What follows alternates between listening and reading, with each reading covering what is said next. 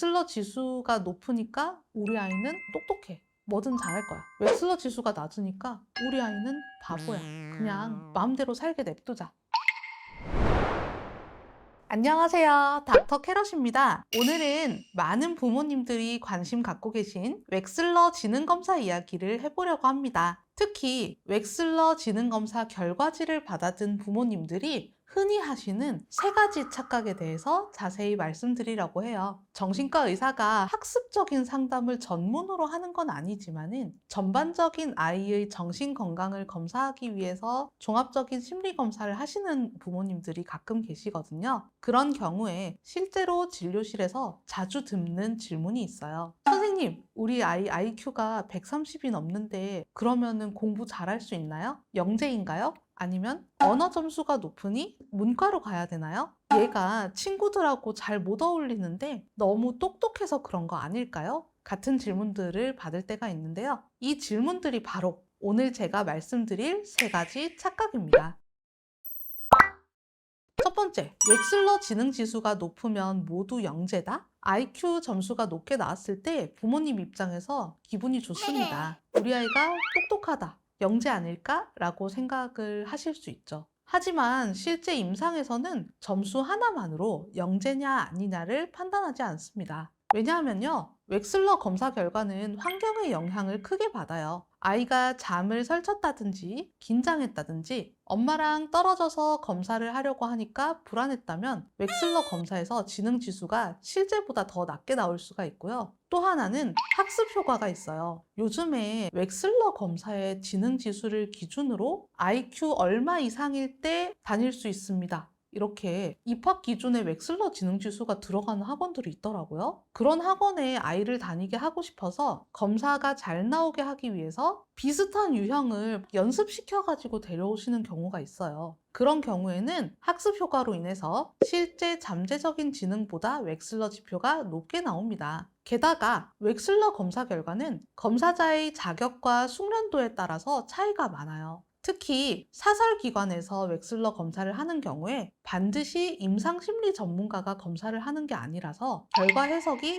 검사 시행자의 경험에 따라서 달라질 수가 있습니다. 이렇게 비전문가가 실행한 웩슬러 검사를 받는 경우에 신뢰도가 더더욱 떨어지죠. 모든 검사자가 동일하게 시행할 수 있도록 표준화된 검사인 건 맞지만 100m 달리기를 했을 때 100m 트랙과 초시계만 있다고 해서 누구나 공식적인 기록을 측정할 수 있는 건 아니잖아요. 전문 심판이 아닌 사람이 100m 달리기 기록을 잴 때는 정확한 결승전 통과 시점을 기록한다거나 부정 출발을 판단하거나 여부에서 측정의 오차가 나겠죠. 이렇듯이 아무리 공인된 표준화된 검사라 하더라도 비전문가에 의해서 실행된 검사 결과는 그 해석에 있어서 정확도가 떨어집니다. 실제로 아이를 사설기관에서 웩슬러 검사를 시킨 다음에 우리 아이 IQ가 이만큼이에요 라고 했는데 병원에서 검사를 다시 했더니 평범한 IQ가 나올 때가 제법 있습니다. 그리고 IQ가 높다고 해서 반드시 그것이 영재성으로 연결되는 것은 아니에요. 영재성의 정의는 IQ가 상위 1%,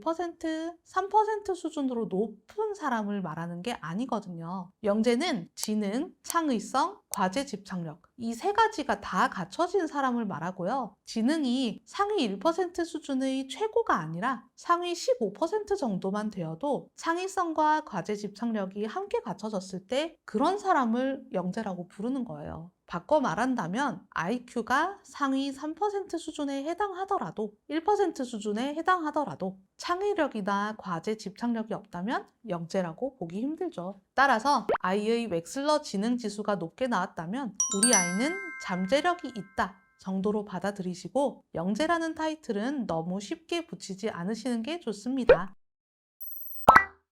두 번째, 언어 이해 지표로 문과, 이과를 나눌 수 있다? 두 번째 착각은요, 지표별 지능을 단순 과목에 빗대어서 해석하는 것입니다. 예를 들어서 언어 이해가 높으니 우리 애는 문과형, 시공간이나 유동추론 지능이 높으니 우리 아이는 이과형 이런 해석이죠. 의외로 정말 많은 분들이 이렇게 생각하시고요. 웩슬러 지능 검사 해석에 기반을 둔 학습 컨설팅 업체에서도 이렇게 얘기하는 걸 정말 많이 봤어요. 하지만 과연 웩슬러 지능 지수로 문과나 이과 성향을 파악하는 게 맞을까요? 언어 이해가 높은 아이는 단어의 뜻을 잘 알고 개념을 정확하게 이해하며 표현할 수 있어요. 지각 추론 쪽의 지표가 높다는 것은 시각적인 단서를 이용하면서 시각적, 공간적인 문제 해결을 잘한다는 뜻이에요. 그렇기 때문에 단순하게 언어 이해가 높으면 국어나 영어 같은 언어 관련 과목을 잘할 것 같고요. 지각 추론을 잘하면 기하 같은 수학 관련 과목을 잘할 것 같죠. 실제로 어느 정도는 맞는 말이기는 합니다. 그치만 이걸 곧바로 진로 결정의 기준으로 삼는 건 위험하죠. 문과, 이과라는 구분은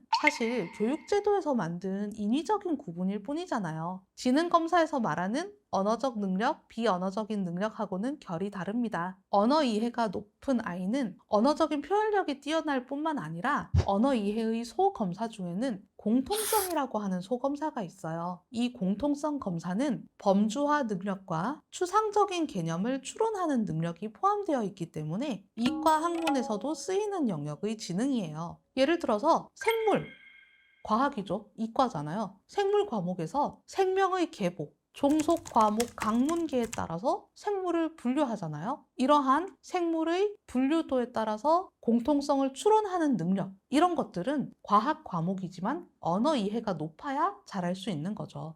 반대의 경우도 마찬가지입니다. 흔히들 시공간이나 유동 추론이 높으면 이과라고 생각하시는데요. 문과에서도 해당 영역의 지능을 생각보다 많이 활용합니다. 시공간 영역의 지능은 시각적으로 부분을 보고 전체를 추론할 수 있는 영역의 지능인데요. 여러분, 지리, 문과 과목이죠? 지리에서 세안선의 일부, 국기 사진의 일부, 이런 거 보고 어느 지형인지 추론하고 이 나라의 특징은 이렇다 하는 문제들 엄청 많이 보시지 않으셨나요? 지리, 분명히 문과 과목이지만 이 지리 문제를 풀 때 활용하는 영역의 지능은 시공간 영역의 지능이라는 거죠. 그렇기 때문에 이와 같은 예시에서 보듯이 문과 머리, 이과 머리는 웩슬러 검사 결과에서 따로 나오는 것이 아니라 이러한 영역의 문제 해결 능력, 저러한 영역의 문제 해결 능력이 다르다라고 보셔야 되고 문과냐 이과냐로 진학하는 데에는 아이의 성향을 보고 판단하셔야 됩니다. 문과, 이과 얘기는 아니지만은 또 부모님들이 아이가 처리 속도 지표가 느리면 암산이 느리다고 생각하시는 경우가 있는데요. 암산은 집중력, 그리고 정신적인 작업 공간하고 연관되기 때문에 처리 속도보다는 오히려 작업 기억하고 좀 더 연관이 있어요. 처리 속도는 아이의 정서적인 스트레스,